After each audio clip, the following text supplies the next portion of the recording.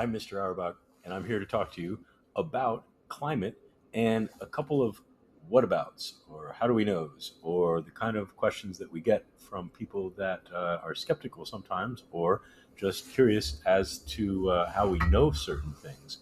The first one is about how do we know that the CO2 in the atmosphere is due to plants and not volcanoes, which we know put out carbon dioxide, and we also know have been responsible for some serious climate change in the Earth system over the many millions of years that these dynamics have been going on.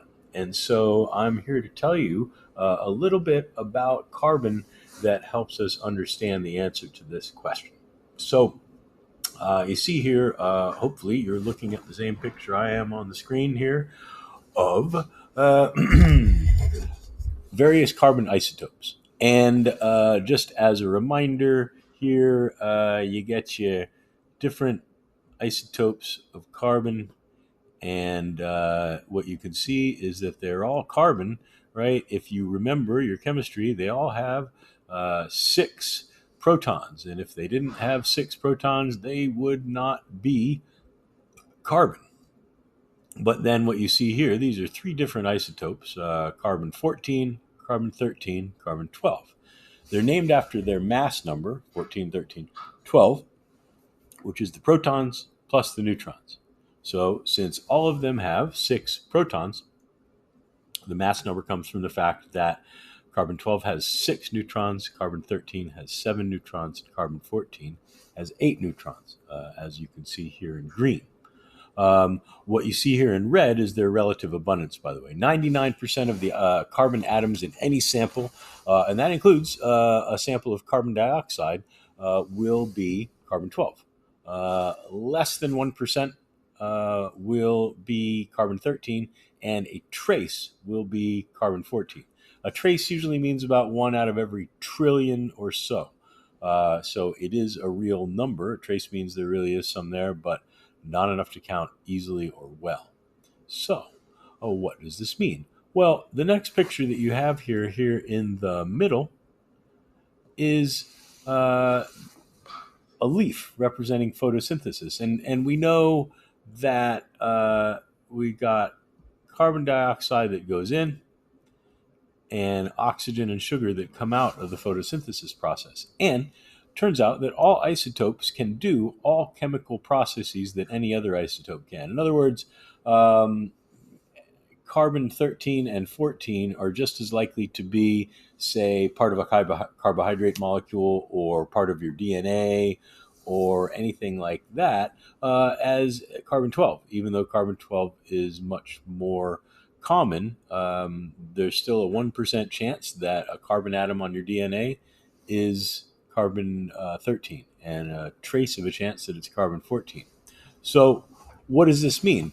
Well, as far as thinking about whether plants, which by that, let's not forget, I mean fossil fuels, right? Fossil fuels, oil, coal, natural gas, they're derived from plants. Dinosaurs, not really so much. That's just Flintstone stuff. But as far as plants, yes, very much so. Our oil comes from plants, as opposed to the carbon dioxide that comes from volcanoes, which comes from the rock part of the carbon cycle, the deep rock part of the carbon cycle, calcium carbonate, all sorts of molecules like that. And so what? Well, it turns out there's this really interesting feature of plants, which is they don't like the carbon 13. What you see here, here's a carbon 13 atom trying to come in and getting pulled in to be part of the photosynthesis, but it will not.